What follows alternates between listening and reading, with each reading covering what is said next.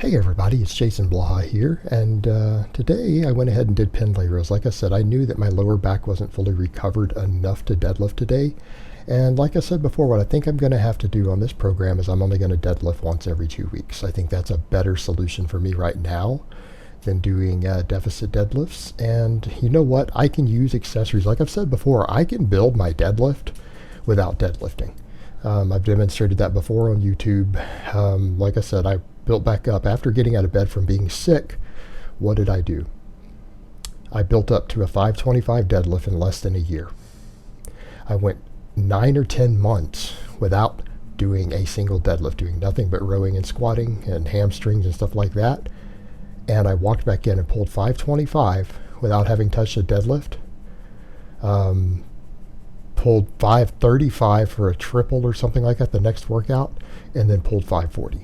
So basically, only doing the deadlift again for 3 workouts, I increased my previous deadlift by 15 pounds by going like 9 months without deadlifting. You don't detrain. It takes 2 weeks to start detraining any exercise, any muscle, any movement pattern. It takes 2 weeks. So if I come in and I deadlift for volume once every 2 weeks, I'll be fine. And what I will do on my normal deadlift day, I'm going to come in and Pendlay row for sets of 10 like this. Because it's a fantastic exercise, and what I will probably do is do the Pendlay, start doing it soon as an accessory to my front squats, with less volume obviously, on my front squat day. And then that way, this will build my grip, it will help build my rear delts, it will build muscles I need for my deadlift and for my bench press, because I think it's a great accessory for both. So I'm going to get back into doing Pendlay rows regularly, and I'm pretty happy with my weight for triples. For those curious, I'll do a front shot on some of these sets, but for those curious what I'm using for weight, 265. And I may stick with this weight the next few times I do this exercise, just to clean that body English up just a little bit more. It's actually pretty good. It's not ultra strict, but it's not terrible either. And I know that if I get just a little stronger with this weight, it'll take a couple inches of that torso movement out that I'm doing. But this would be actually acceptable now. As far as it being a true Pendlay row, it's just a little bit loose. And I think we can see right there from the side some of the hypertrophy from some of this. So look at my triceps are growing again.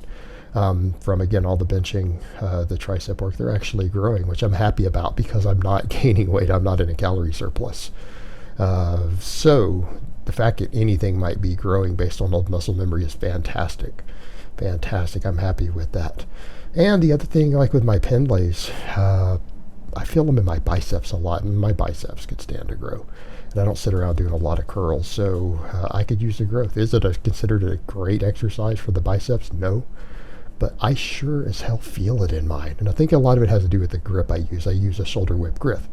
Now, we're going to get to that. Shoulder width. Why am I doing shoulder width grip? Because it's harder. It's the longest range of motion, right? Because I'm having to pull with my torso starting at 90 degrees a longer distance. Because if you think about it, the wider your arms go, the more you shorten it down. It's having to put more stretch on my lats. It's forcing me to pull explosively another couple of inches. And notice my grip width is similar to my deadlift and similar to my bench press. So if I'm doing this as a reverse to my bench press, there is tremendous carryover happening. So that's the reason I do it with that shoulder width. Now, I'm going to throw some still shots in here because there's the question of some people are like, are you touching your chest? Because it goes so fast. On camera because it only touches my chest for one frame. When I slow it down and clip it frame by frame, it only makes contact with my chest for one frame, even on my HD camera. Because again, this is an explosive exercise, and it's supposed to be. You know, a lot of people are like, are you kind of explosive with that? And you know, you're not controlling the eccentric. Why would I control the eccentric? There's no purpose to it. Glenn Pendlay developed this exercise, and one of the purposes he developed it for was concentric-based hypertrophy to bring his guys up a weight class for his Olympic lifters while focusing on explosive lifting and gaining no muscle that doesn't contribute further to their explosiveness. So for specificity of training, Pendlay rows actually are a hypertrophy exercise when done with volume of triples. All right, that is what the exercise is developed for. Um, Olympic coaches have found it to be insanely invaluable for that, and it happens to have great carryover to some other exercises. Has fantastic carryover to some other exercises. But it is explosive, and yes, you are supposed to make contact with your chest. Now, as far as my other accessories go, I did stuff that carries over to my deadlift. The question becomes why? Because this is my deadlift day. And because I'm doing Pendlay rows, because I can't recover from doing high volume deadlifts all the time, doing them every week right now, this is training the muscles that I need. So I come in, I do Pendlay rows, I do some hamstring curls, and then I do standing crunches. Haven't I worked all the muscles of the deadlift right there? Yeah, particularly when you factor in that I'm doing very, very high volume front squatting every week too. The front squat is one of the most amazing deadlift builders. So this is enough for me to build all the muscles and strength necessary to progress on my deadlift without having to train the deadlift all the time because of the volumes of training I'm doing, because I'm really trying to focus on building my front squat again so that I can squat in general again. And because I'm in here working on my bench press, which requires me to bench a lot and do strict pressing a lot, that's where my focus is. I don't have the extra recovery to handle the deadlifting, but I want to incorporate the deadlifting into this training style to keep up with the overall scheme of it. But yeah, the kind of weights that I throw around on the deadlift, I don't recover from 7+ sets. It took me exactly 3 weeks to start overreaching, to see the signs of overreaching, right? 3 weeks. That's not acceptable, and I think if we stagger it, we'll get away with it better. We'll get everything that we need, and it'll balance out the way that I want, and it will let me put the stronger focus on these other lifts without losing anything on my deadlift and eventually bringing my deadlift up. That's the beauty of it. You can actually increase a lift and gain muscle training and exercise once every 2 weeks. It can be done. It's not always ideal, but with a big exercise like the deadlift, it can be perfectly acceptable.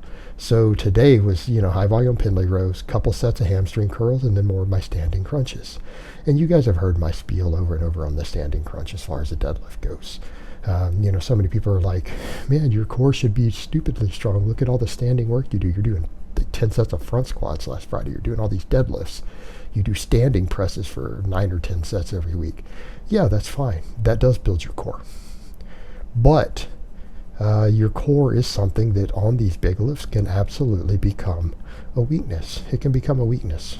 And by me doing these standing crunches, I'm preventing it from becoming a weakness on these other standing exercises. This has its place. And as far as strength goes, as far as all of your standing exercises, doing standing crunches is the way to go. I do this. Johnny Candido advocates this, and you guys, most of you respect his opinion on strength building. Louis Simmons advocates these.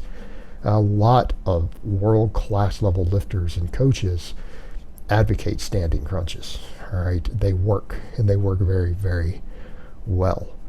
Now, going back to the Pendlay rows, I absolutely keep a shoulder width grip. I think that's the way that most people should do them. And back to another point with it, some people have said, why are you doing these pronated again? I thought you would switch to supinated. Because what's going to happen on this style of training I'm doing, when eventually I stall on an exercise and accessories no longer allow me to progress, even though the Pendlay row is basically an accessory, because I'm going to have days where I treat it like a primary exercise, it could eventually stall. And if it stalls, that's why it's nice to have a variation of the exercise in there. In other words, I like the pronated one. I'm strong at it. I'm good at it. If this stalls and I can no longer make progress on it for a bit, and I want to continue to improve, I have the option of the variation of the supinated grip one, which I will then rotate over to. It's the same idea like with my front squats. My front squats will eventually stall, right? When they do, and I build them as strong as I can get them for a while, and I may do it before that, but if they do stall, that's the time when I will switch back to my back squat. That's the idea. I'm an advanced lifter.